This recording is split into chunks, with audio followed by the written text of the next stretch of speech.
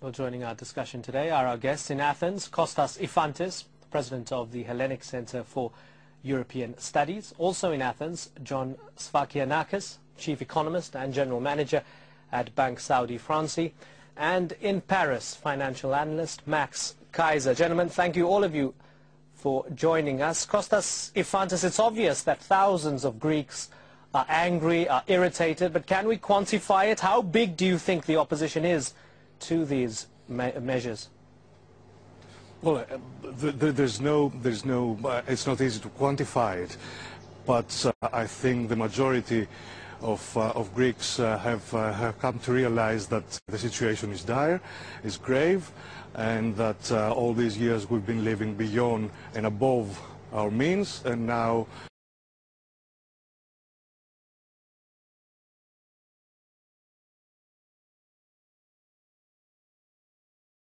it's time to put our house in order. But you may say that this is not representative of the majority. However, there are thousands who have taken to the streets against these austerity measures. Is it fair for a lot of Greek people, a lot of Greeks to be thinking, why should we suffer if we were not the cause of this crisis? We didn't create the crisis. Why are we suffering as a result?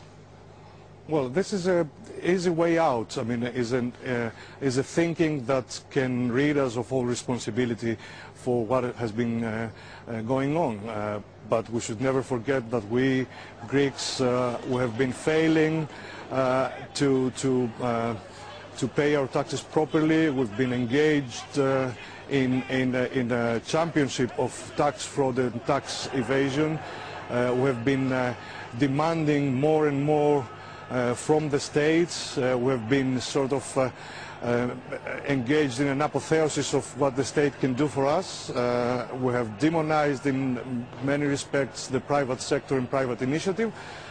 So I really don't think that a few thousands, even some thousands getting in the streets is representative of the general reading of the situation. John Sfakianakis, do you think that this protest movement is representative of the anger and irritation at not only plunging into this deficit, suffering the crisis, but now having people having to tighten their belts as a result of it? Well, thank you, first of all, for the invitation. I would say that this is not really representative. I would agree with your previous guest. Max Kaiser, the other two gentlemen characterized this as being Greece being in a position where it had no other alternatives. What do you make of it?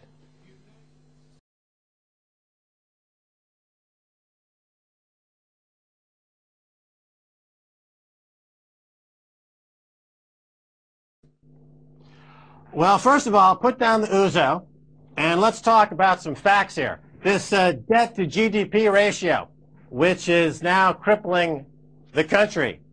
It was the same back in the year 2000. Why was it not reported? Because Goldman Sachs, in conjunction with the Greek government, hid billions and billions of debt. Now, this is the problem. The problem is that you've got bankers like Goldman Sachs and Wall Street colluding with the Greek government to falsify data.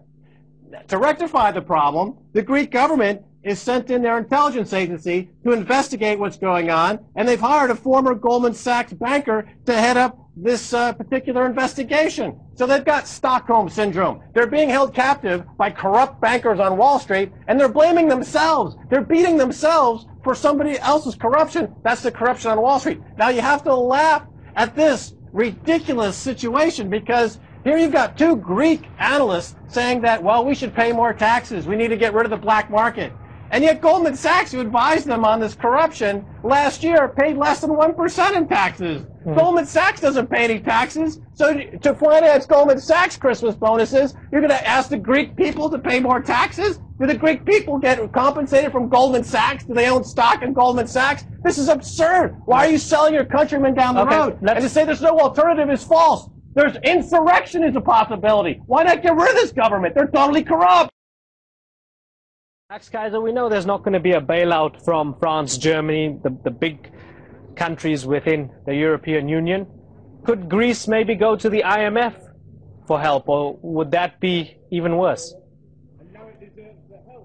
Jumping out of the frying pan and into the fire. I mean, the IMF is Goldman Sachs. The IMF, World Bank, Goldman Sachs, Wall Street, they're all commingled. They're all working together. This has been now obvious since the credit collapse starting 2 years ago. As Warren Buffett said, when the tide goes out, you see who's not wearing a bathing suit.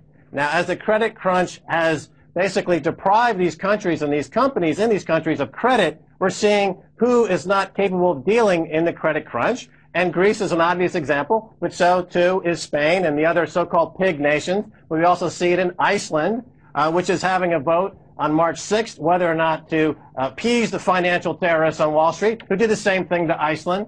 But here's the thing about France and Germany. Germany is the #2 exporter in the world. They don't mind if the euro goes down. So they're using Greece as a whipping boy. They'll say, look at Greece. We need to go in there and reform Greece. Look at bad Greece. Oh, the euro's in trouble. But they benefit hugely by the depression. But that's not the issue, is it? Because they're a huge exporter. At a time of high unemployment at home and coming out of a recession, how do the likes of France and Germany justify to their people that they need to give more money to Greece? That's at the crux of it, isn't it? Well, they're going to jawbone this issue all day long, but not take any action because they know that the professional speculators are driving down the euro. The short position, which are the negative bets on the euro, are at a historic high. Billions and billions of euros and dollars are bet on the euro's failure. Chief beneficiary of this is going to be Germany, who's a huge export market. So they're just using basically Greece, and the poor people in Greece who are losing their jobs and have to go through austerity measures. It has absolutely nothing to do with fundamental reform of that economy. They're basically sausage going through the Wall Street banking machine, and they need to ban Goldman Sachs from doing business in their country. They need to ban Wall Street firms from doing any business in their country. Until you get rid of the financial terrorists in your country is going to continue to lose jobs, unemployment is going to go up, and the quality of life is going to continue to go down because you're being held captive by financial terrorists. Don't you get it? Get rid of them. Or maybe you like being abused by terrorists. That could be your thing. You know, a lot of people enjoy that kind of sadomasochism. That might be something you're into. But if you're not into that, get rid of the financial terrorists from your country.